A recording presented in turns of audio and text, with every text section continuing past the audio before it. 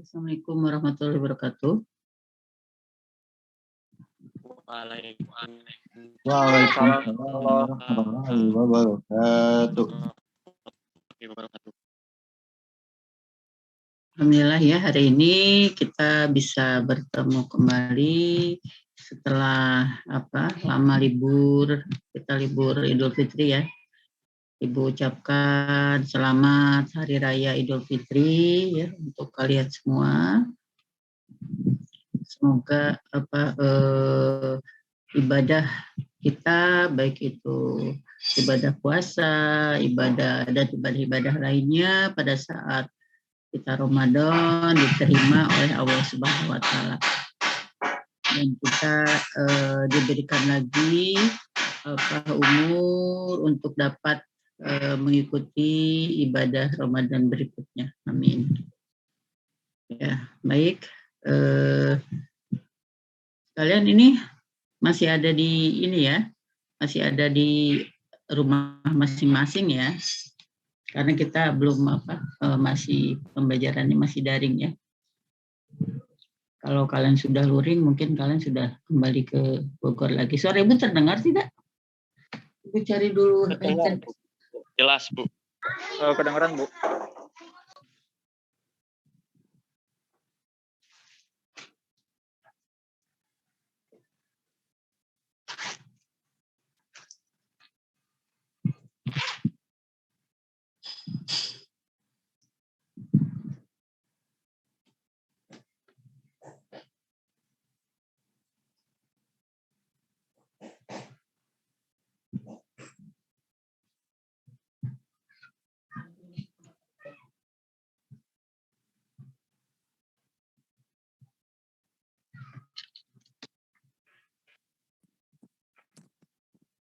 Belum memulai perkuliahan ya.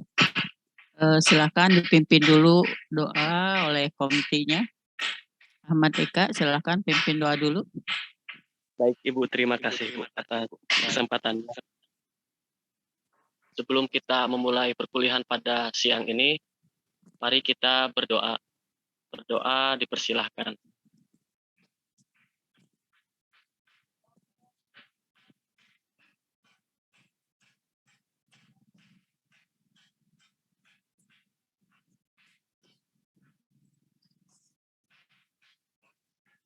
Berdoa selesai, saya kembalikan kepada Ibu dosen.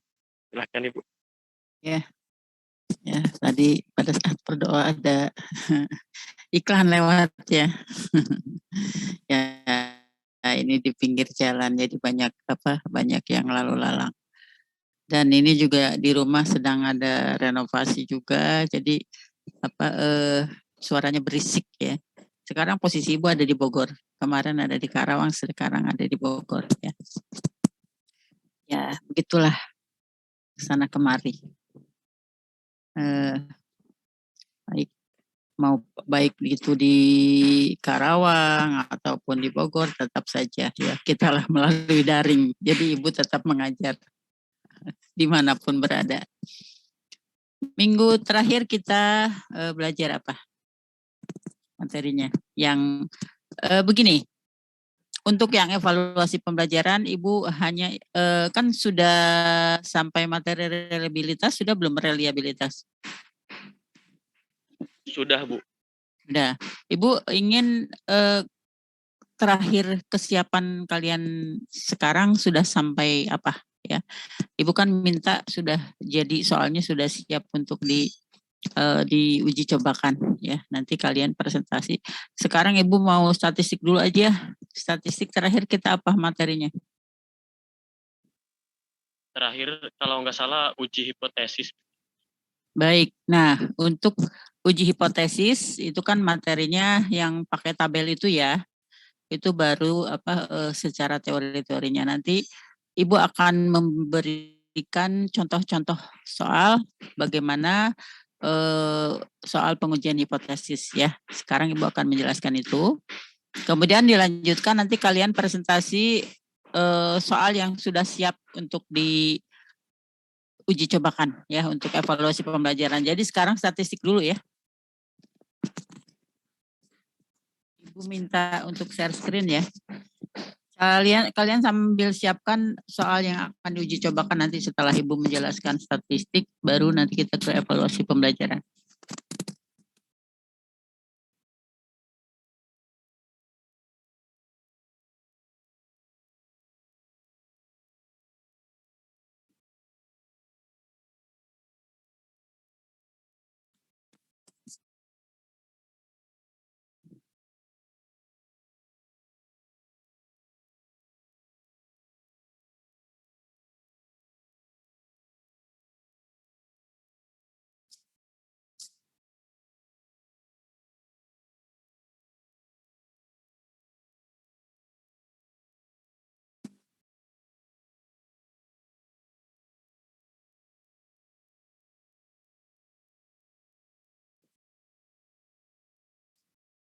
Kok nggak mau nge-share ya?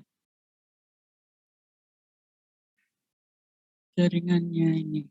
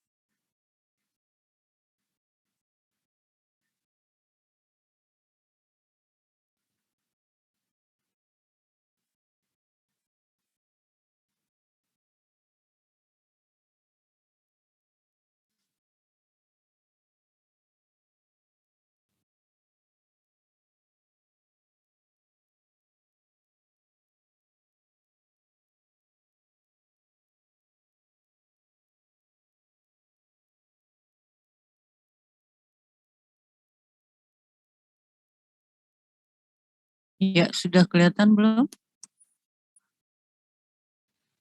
Sudah, Ibu Bu. belum kan PPT ya, ini bentuknya Word ya.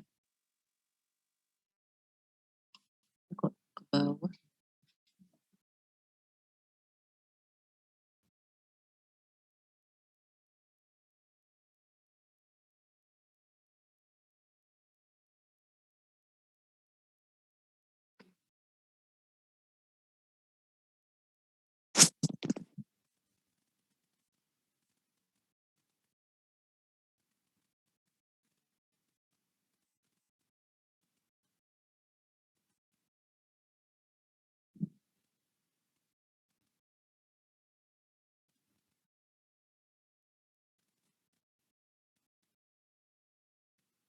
Ini contoh soal uji beda rata-rata ya.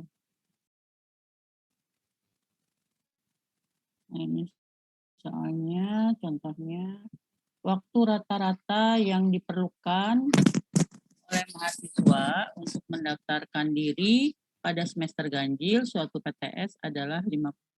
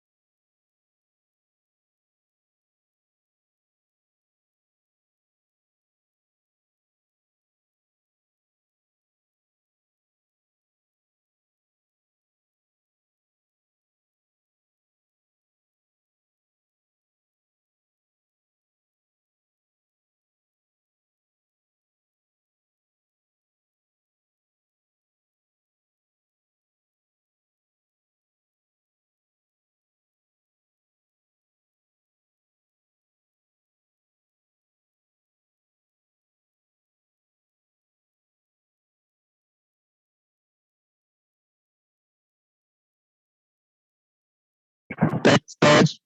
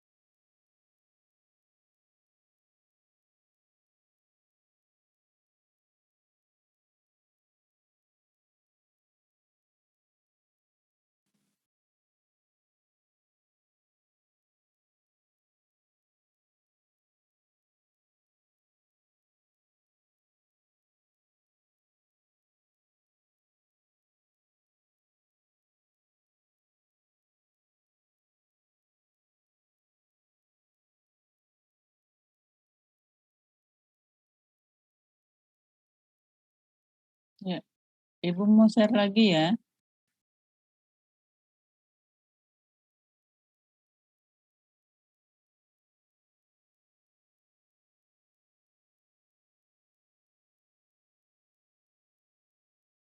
Hostnya siapa sekarang?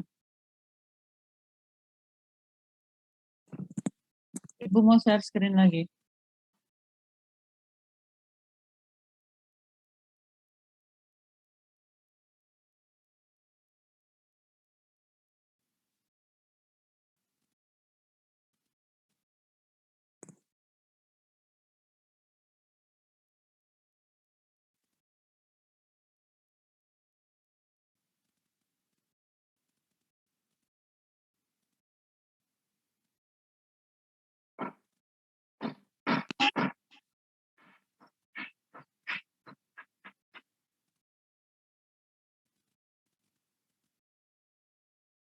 Ini masih belum bisa share screen Ibu ya.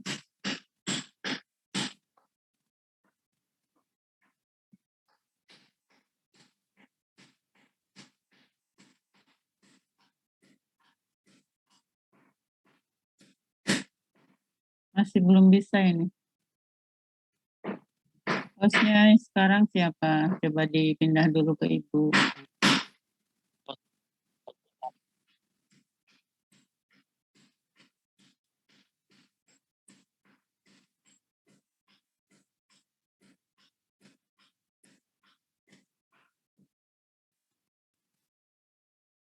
Belum bisa ini.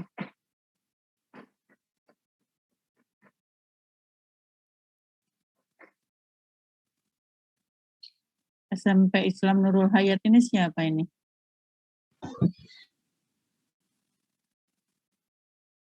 Siapa itu, Bu?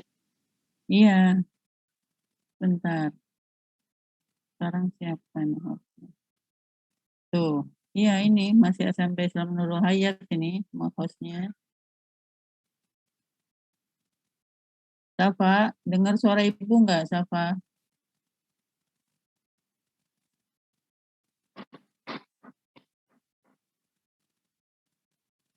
Ibu nggak bisa share screen. Coba dikasih tahu Safanya. Pakai WA.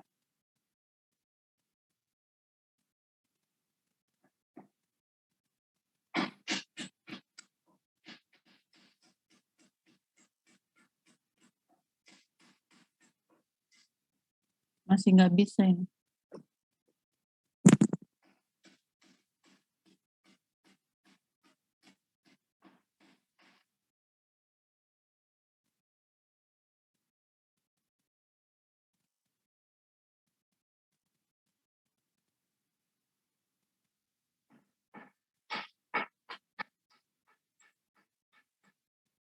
Ada yang sudah menghubungi Safa?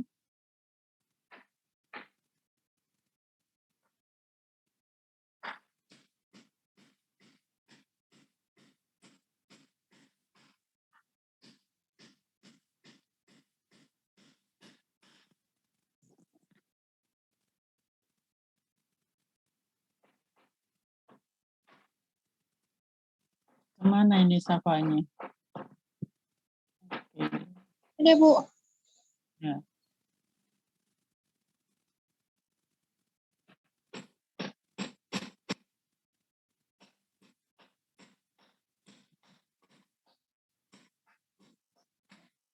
Tadi contoh satu Ibu sampai selesai kan? Kalian udah lihat kan? Sudah ya? Sudah sampai selesai belum tadi yang contoh satu?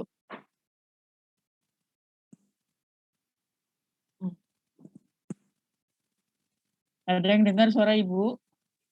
Belum, Ibu. Baru dibacakan soalnya aja, Bu. Oh, Yang padahal contoh Ibu tadi sudah sampai selesai menjelaskan. Sudah.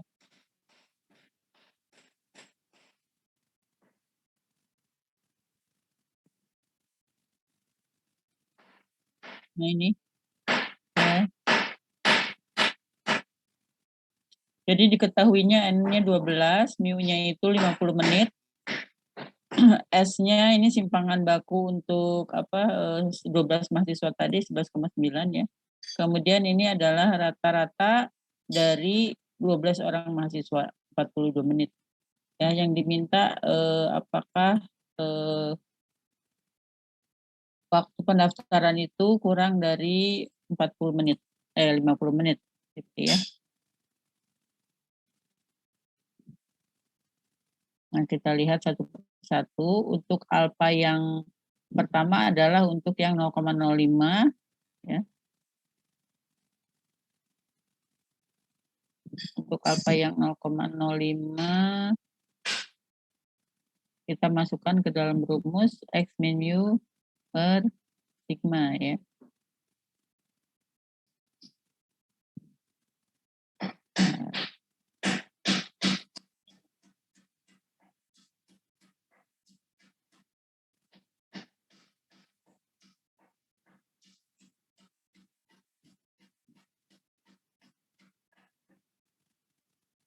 Ini Ibu masih ngeklik yang join ini banyak.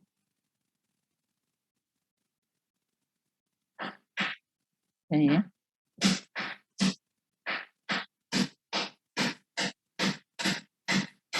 Nah, untuk yang pertama alfanya 0,05, kita lihat hasilnya berapa.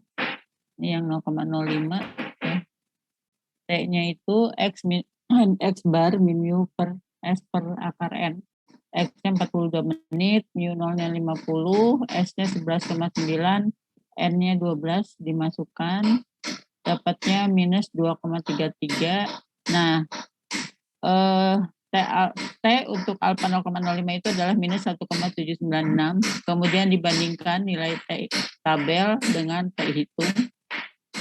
Nah, di sini T hitungnya minus 2,33, posisinya ada lebih kecil dari min 1,796, berarti dia ada di wilayah kritik ya. Jadi dia terletak di wilayah kritik untuk T hitungnya. Berarti bahwa H0 ditolak, atau dengan kata lain alat pendaftaran yang baru itu efektif ya, sehingga pendaftarannya kurang dari 50 menit. Nah, sekarang yang kedua untuk yang alfanya 0,01, yang membedakan hanya nilai T tabelnya saja. Di sini nilai T tabelnya minus 2,718 ya.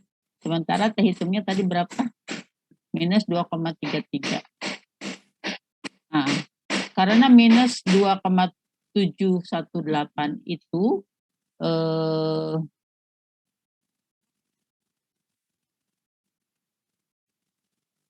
lebih kecil dari minus 2,33, atau dengan kata lain T hitung di sini ada di sebelah kanan ya, lebih besar dari T tabel, artinya H0 tidak ditolak. Artinya di alfa 0,01 ya, waktu pendaftaran tidak berubah, tetap 50 menit. Nah, soal ini menunjukkan bahwa dengan alfa yang berbeda, hasilnya berbeda. Yang alfa 0,05 H0-nya ditolak, yang alfa 0,01 H0-nya tidak ditolak gitu ya. Jadi berpengaruh pemilihan alfa ini ya.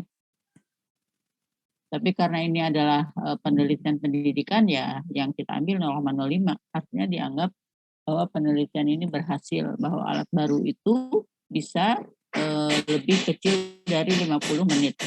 Itu tadi soal yang pertama. Kalau soal yang kedua ini ada dua ya, ada dua sampel. Sebuah pelajaran matematik diberikan kepada 12 siswa dengan metode pembelajaran yang biasa. Kelas yang lain, ada dua kelas ya, tadi yang kelas biasa. Terdiri dari 10 siswa, diberi pelajarannya sama, tapi metodenya menggunakan bahan terprogram, mungkin modul kali ya. Pada akhir semester dilakukan ujian yang sama. Kelas yang pertama mendapat nilai 85 dengan simpangan baku 4. Sedangkan kelas yang menggunakan bahan terprogram menggunakan nilai rata-rata 81. Ini malah lebih kecil ya yang terprogramnya. Dengan simpangan bakunya 5. Ujilah hipotesis bahwa kedua metode mengajar itu sama dengan menggunakan taraf alfa 0,1. Nah, ini malah gede 0,10 dia ya yang diambil. Asumsikan bahwa kedua populasi itu menghampiri seberat normal dengan ragam yang sama. Jadi asumsikan bahwa dia normal. Ya, berarti kita sudah tidak usah lagi menguji normalitas. Dan ragamnya sama. Kalau ragamnya sama berarti homogen. Ya. Jadi yang bisa digunakan adalah uji T, ya, karena dia normal dan homogen. Kita lihat, kita buat tabel supaya lebih mudah. Rata-rata untuk kelompok pertama 85 yang menggunakan pembelajaran biasa, sedangkan yang belajar dengan mode bahan terprogram 81. Simpangan bakunya ini yang dengan biasa 4, dengan terprogram 5. Nah, ini 12 mahasiswa, untuk yang terprogram 10. Ya, kita tulis di sini H0-nya U1 sama dengan U2. Kemudian untuk H1-nya mu1 tidak sama dengan U2. Yang diminta alfanya hanya 1, yaitu 0,1. Karena ada 2 kelompok, kita menggunakan rumus yang ini ya.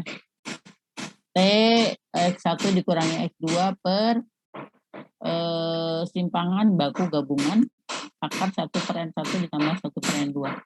Nah, simpangan baku gabungan ini harus dicari dulu rumusnya ini ya. Kan sudah ada, kalian lihat di tabel saja rumus untuk simpangan baku gabungan, tinggal dimasukkan di sini ya. Di sini adalah 11 itu dari mana tadi? 11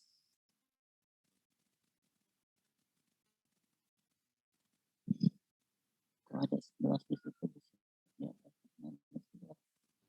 N-1 ya, 12 dikurangi 1. Yang satunya 10. N-1-nya jadi 9. Nah, ini 16 itu dari mana? Simpangan baku ya. Simpangan baku S1 kuadrat dan 25 S2 kuadrat ya. Kalian masukkan ke rumus itu, ke ST, rumus simpangan baku gabungan. Hasilnya adalah simpangan baku gabungannya 4,478. Kemudian dimasukkan ke rumus uji T, diperoleh nilai uji T-nya 2,07. Ya. Nah, kalau ini derajat bebasnya adalah 20, N1 plus N2 dikurangi 2 ya. 12 tambah 10 dikurangi 2. Kemudian kita lihat wilayah kritiknya. Ini ada di T kecil dari minus 1,725 atau T lebih besar dari 1,725. Tadi nilainya berapa? Saya hitungnya. 2,07. 2,07 itu apakah ada di lebih kecil dari minus 1,7 atau ada di lebih besar dari 1,7? Ada di lebih besar 1,7 ya. Ini 2,7. Jadi karena di sini wilayah kritiknya lebih besar dari 1,7, berarti 2,7 ada di sebelah kanan. Ada di wilayah kritik, dengan kata lain bahwa kedua metode itu berbeda ya, atau kedua metode mengajar tidak sama. Itu untuk yang 2 kelompok ya. Itu ya.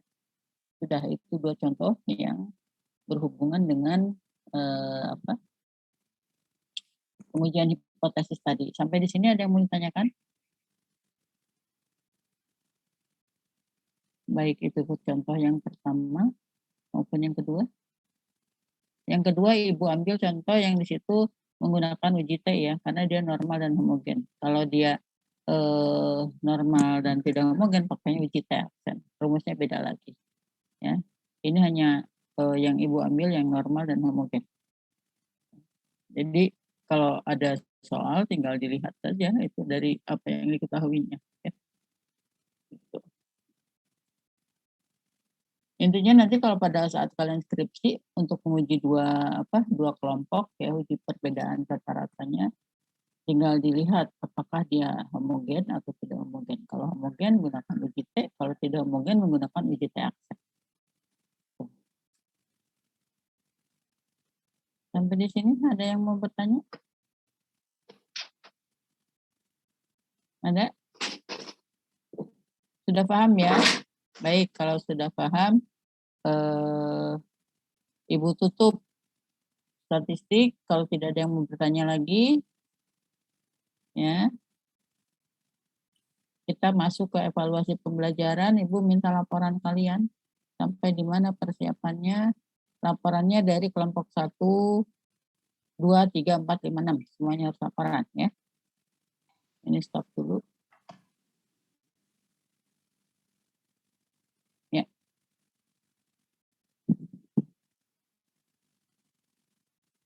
Mudah-mudahan kalian paham.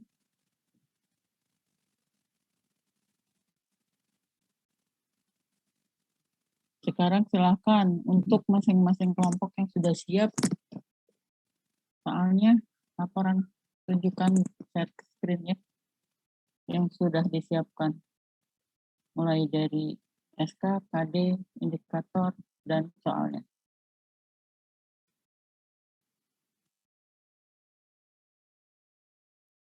Ini kan anak-anak sekolah sudah masuk semua. Kalian bisa langsung untuk melaksanakan uji coba. Kelompok 1. Kelompok siapa? 1.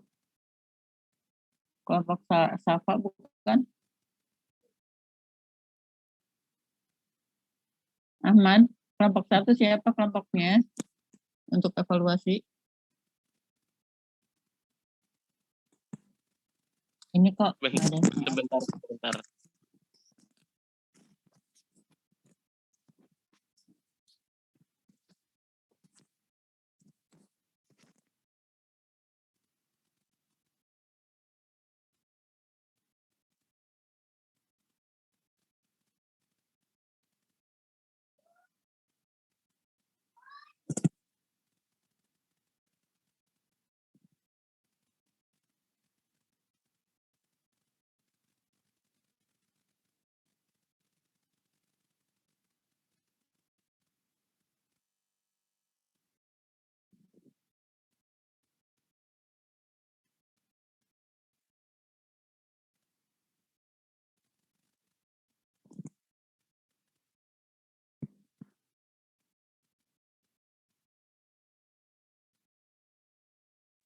Kelompok 1 itu kelompok siapa, Bu?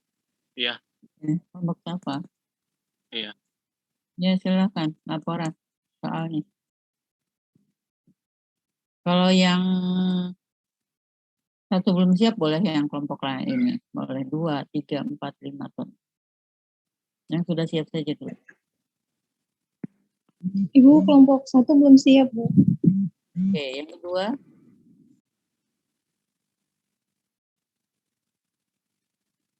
Kelompok 2 saya Bu. Ya. Siapa?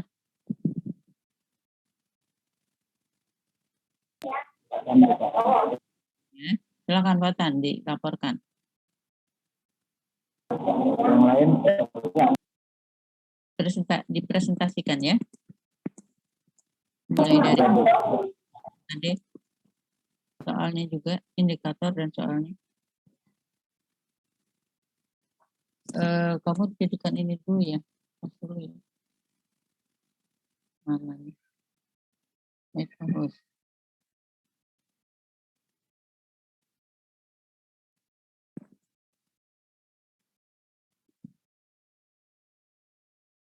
bentar ya Bu. Mau disatuin dulu. Sesudah kelompok Fatan, nanti kelompok yang lain siapkan ya.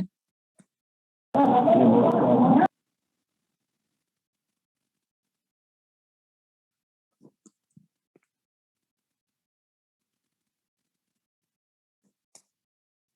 Ibu mau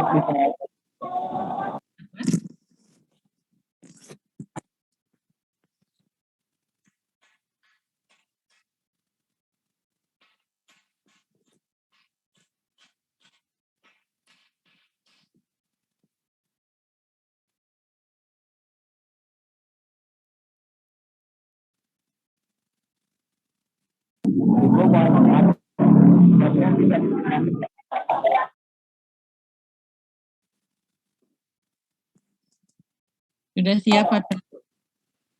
Iya Bu, hostnya dipindahin ke Farid-Faridnya bisa. Suaranya nggak jelas ya. Gimana Bu? Suaranya nggak jelas. Hostnya dipindahin ke Farid. Kenapa? Hostnya pindahin ke Farid. Pas Pindahkan Iya ke Bu. Iya Bu, maaf, hostnya pindahin ke Farid Bu, ke Farid Fadilah hostnya. Fadilah. Ya ke Farid Fadilah, ke Farid Bu. Udah Hostnya. pindahkan ke Fatan tadi. Ke Farid Bu. Ibu pindahkan ke Fatan. Sekarang hostnya siapa? Coba lihat sini. Ya Bu, di saya. Sebentar ya Bu. Kan sekarang. Kamu yang pindahkan. Fatan. Oh ya ke si Farid Intan. Maaf. Yang ini Tan, yang ke device 3 Tan.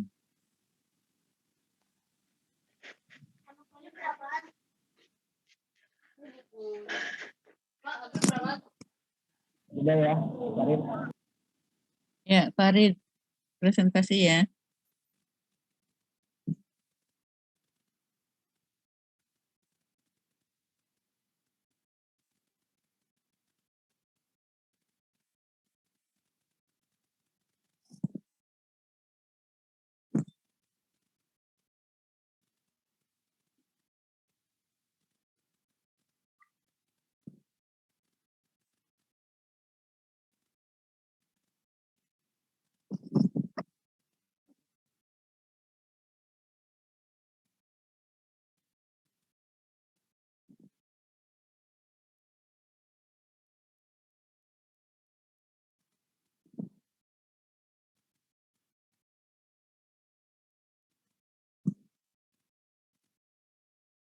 Ya, silakan sambil dijelaskan ya.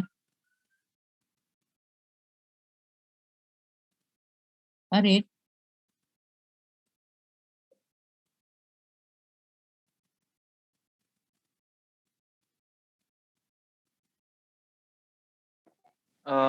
Oke Bu, saya jelasin ya Bu ya. Iya, jelaskan. Bentar tadi. Oh ya, ini Bismillahirrahmanirrahim. Assalamualaikum warahmatullahi wabarakatuh. Waalaikumsalam. Kami dari warahmatullahi wabarakatuh. ya sebelumnya mohon maaf ya Bu ya, di sini agak berisik karena di sini juga lagi ada renovasi ya. Jadi langsung aja, kami dari kelompok 5 yang beranggotakan Fatan, Farid, Kudri, dan saya sendiri Mahesa. Di sini saya akan perwakilan dari kelompok 5 akan menjelaskan indikator kompetisi inti, terus serta indikator-indikator gitu ya. Nah, mata pelajaran yang kita ambil itu ilmu pengetahuan alam atau IPA. Nah, untuk kelasnya itu kelas berapa ini? 5, 6. Oh, kelas 8. Kelas 8. Dia kelas 8. Dia kelas 8 semester ganjil. Nah, untuk satuan pendidikannya itu sekolah menengah pertama atau SMP ya. Dan kurikulumnya itu kita ambil kurikulum 2013. Dan untuk materi pokoknya itu gerak dan gaya. Nanti untuk kompetisi intinya ini perlu diperbaiki juga ya karena belum sempat diperbaiki. Jadi langsung aja ke itunya, ke indikatornya. Sorry, maaf. Ke bawahin.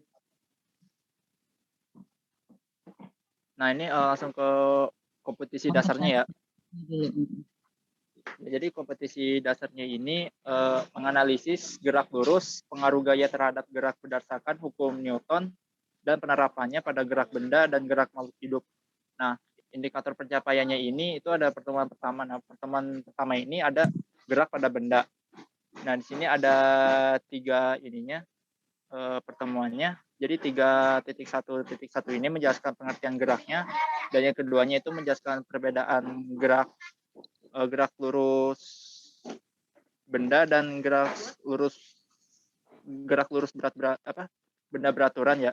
Dan yang ketiganya ini menghitung kecepatan dan percepatan gerak dengan rumus atau disingkat GLB. Nah, ini ada rumusnya itu susun S per volume sama ininya pasti kecepatannya tuh lupa. Nah, lanjut ke pertemuan keduanya. Di pertemuan keduanya ini ada hukum Newton tentang gerak. Dan ini ada 2 pertemuan di 3.2.4-nya itu menjelaskan isi hukum Newton 1, 2, dan 3. Ke bawahin, Rit. Punten. Oh, ini ada 3 pertemuan, maaf. Jadi di pertemuan kedua 5-nya ini memberi contoh kegiatan atau gerak makhluk hidup dan benda berdasarkan hukum Newton 1, 2, dan 3. Dan yang ke pertemuan 326 ya, menghitung besarnya gaya dengan rumus frekuensi serta ininya gerak lurus bendanya. Langsung ke soalnya.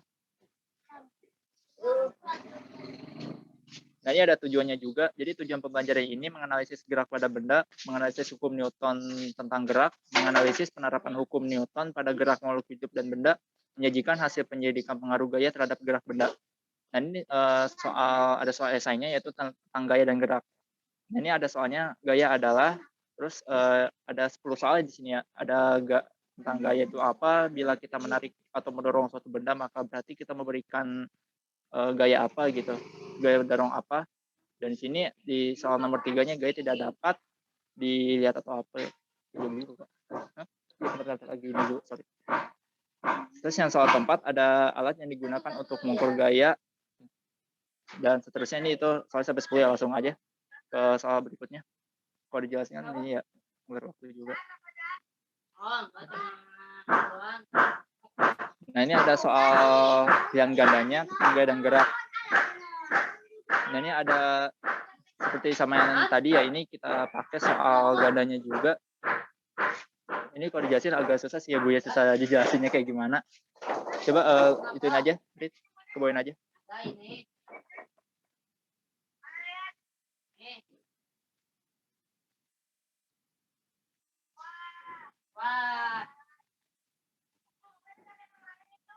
Kali banyak, kamu kepe gak tahu.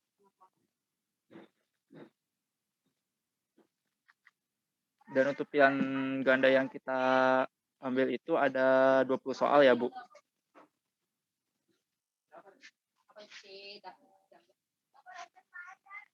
Dan ini ada soal campuran gaya dan gerak, itu ada 2 soal, tapi itu kalau dijawaban itu tingkat kesulitannya ya cukup tinggi sih Bu. Dan itu ya hasil dari kompetisi, intinya dari indikator-indikator kami serta soal-soalnya yang kami bikin itu. Sekian, terima kasih.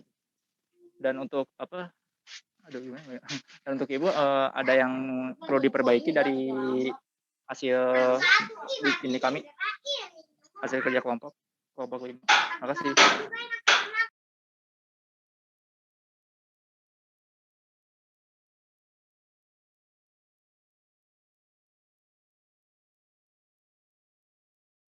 Ibu mic-nya punten.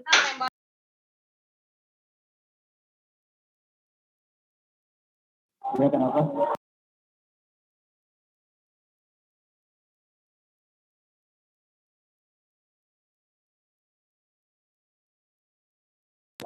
Gini Bu, untuk soal kita ada esai dan menambah.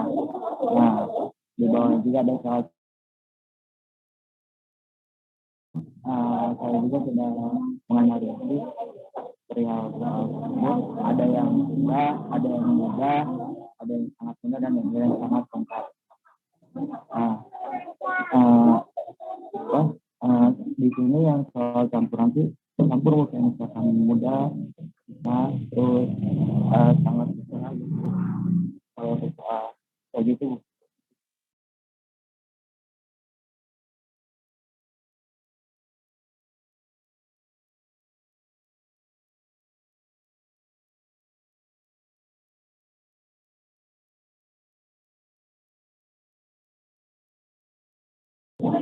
Bagaimana?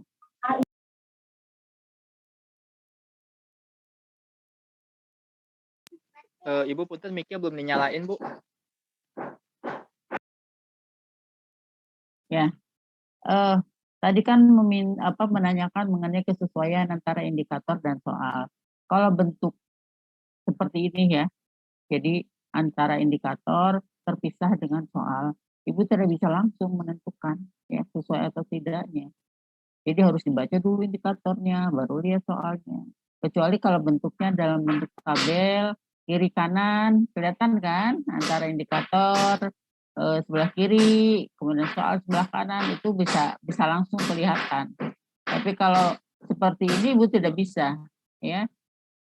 Kalau kalian merasa yakin ini sudah benar, ya, ya silakan saja untuk diberikan ke ke lapangan. Tapi kalau misalnya kalian ingin menunggu konfirmasi dari ibu, otomatis nanti kalian laporkan dulu saja ke ibu ya, mungkin bisa wapri ya, bisa wapri dikirim ini soalnya. Kalau misalkan sudah sesuai, tapi usahakan dulu dalam bentuk satu ini ya, dalam bentuk tabel ya, jadi bisa lihat kiri kanan gitu ya, antara indikator dan soal itu. Satu indikator kan satu soal gitu, atau kalau mau satu indikator ada 2 atau 3 soal boleh ya, gitu. Kalian susun dulu seperti itu, baru nanti laporkan ke ibu. Kalau misalkan ibu lihat sudah sesuai ya, nanti ibu katakan sesuai dan kalian langsung boleh ke lapangan gitu ya. Kelompok 2 ya. Oh iya Bu, baik. Terima kasih Bu. Kelompok 5 Bu, maaf. Kenapa? Kelompok 5. Kelompok 5. Oh, kelompok 5. Iya, Iya, kelompok kelompok 5. 5 ya. Jadi gitu aja, nanti kelompok 5 laporkan ke ibu, tapi ibu minta dalam bentuk kolom, bentuk tabel ya. Jadi antara indikator dengan soalnya itu harus sejajar ya. Jadi indikatornya apa sebelah kiri, nanti sebelah kanan soalnya apa gitu ya. Jadi biar nampak sesuai atau tidaknya. Begitu. Paham maksud ibu? Paham Bang. Jadi misalkan Bu, misalkan indikator susah atau mudah gitu ya. Kita gimana?